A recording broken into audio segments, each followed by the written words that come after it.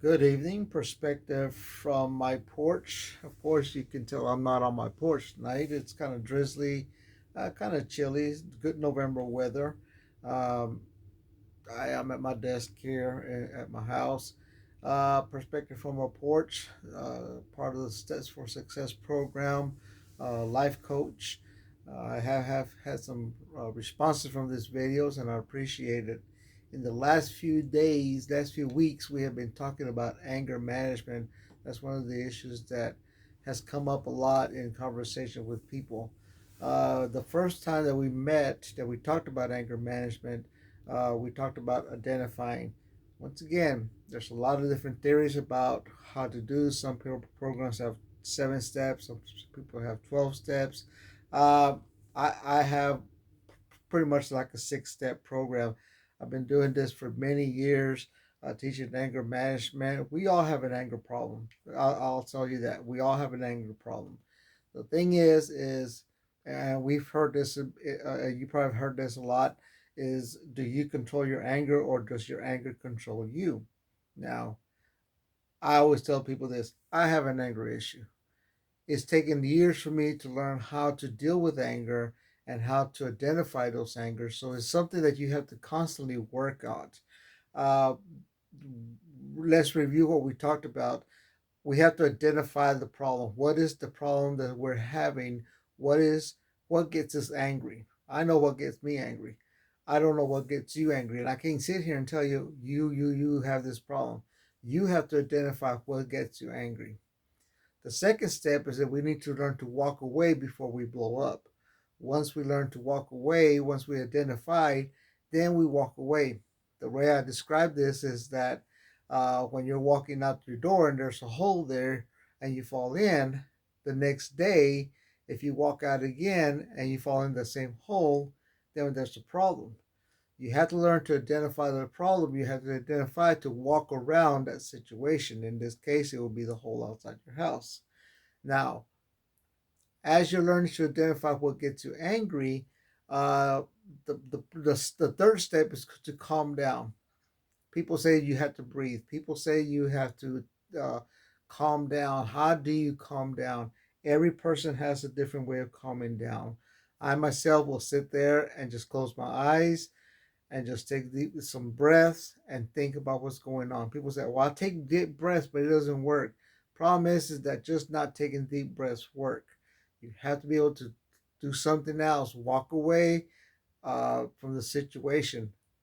Once you've identified it, once again, you need to walk away from it. Even in conversations, if you know the same thing is causing arguments in families, with the one of the most biggest conversation arguments they have is going to start with finances. Anytime that you have a family unit, you're going to have financial problems. Well, not financial problem, but you're going to talk about the finances, and that's what leads to the arguments a lot of times. Calm down, close your eyes, think about something else. Listen to music. I had some clients back in the day that they would listen to music, and it will calm them down. Find out what calms you down. Uh, the fourth step is identifying the solution. How do we resolve the problem? How do we resolve not running into the same problem over and over and over? When you talk to me about finances, automatically I'm going to get upset. But over the years, I've learned to listen to the situation, think about the situation in my mind, resolve the situation, and then react to the situation in a calm way. It's a hard process, but I still do it. Once again, you identify, you walk away, you calm down, identify the solution to the conflict. The biggest issue that I'm going to talk about is run a little bit long today because I want to finish this because I've been asked to talk about stress in the next few weeks because the holidays. The last thing I want to identify is don't bring up the past. When you're arguing, when you're angry, we tend to bring up the past. Try not to bring up the past.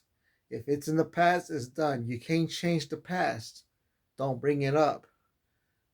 If you've argued for the same thing over and over and over, then once again, we have identified the problem. You have to move on and resolve that problem. If that problem isn't resolved, then somehow the other you need to work. That's where life coaches come in, by the way, because we help you identify those problems, those issues, and that's when you contact somebody like me, who's a life coach, and we help you identify those problems. So once again, going off from the anger management, identify the problem. What causes you to get mad? What situation makes you angry? Walk away. Don't fall into the same pit all the time. Just learn to walk away, walk around it. Don't deal with it. Calm down. What calms you down? Music, walking, closing your eyes, phasing out. What calms you down? Identify the solution. Identify a solution of how to resolve the conflict and talk to people on a calm level. Don't bring up the past. Stay away from the past as much as possible. Next week, on Thursday, I am going to review this a little bit slower. I am going to go over the anger problem. Next week is when we're going to start how to deal with stress in this environment at this point. There's a lot of stress. Once again, I end this with the same thing. Love yourself more than anyone else, because once you start loving yourself more than anyone else, you're able to control your own life. Have a great evening, and I will talk to y'all on Thursday. Thank you.